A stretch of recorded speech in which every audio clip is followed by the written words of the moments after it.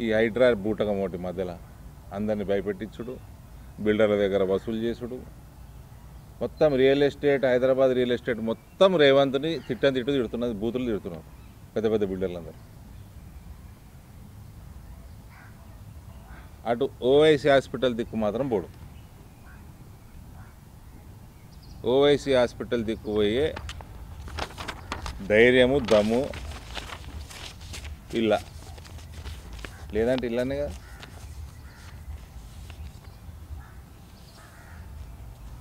ఇందిరమ్మ ఇండ్లు అది కట్టేది లేదు, పీకేది లేదు.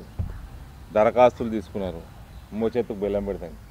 80 లక్షల మంది దరఖాస్తులు చేస్తే అందులో 53% అంటే 40 లక్షల పైన అసలు మీకు ఎలిజిబిలిటీ లేదనేది ఫస్ట్ అయితే కొట్టేసి. ఉచిత బస్సు, పాడవాడ బస్సులు, అది గమ్యంకి చేరుతుందా, మధ్యలో ఆగిపోతుందా కూడా డౌటే. అటువంటి బస్సులల్లో ఫ్రీ బస్సు మాత్రం నడుపుతున్నారు.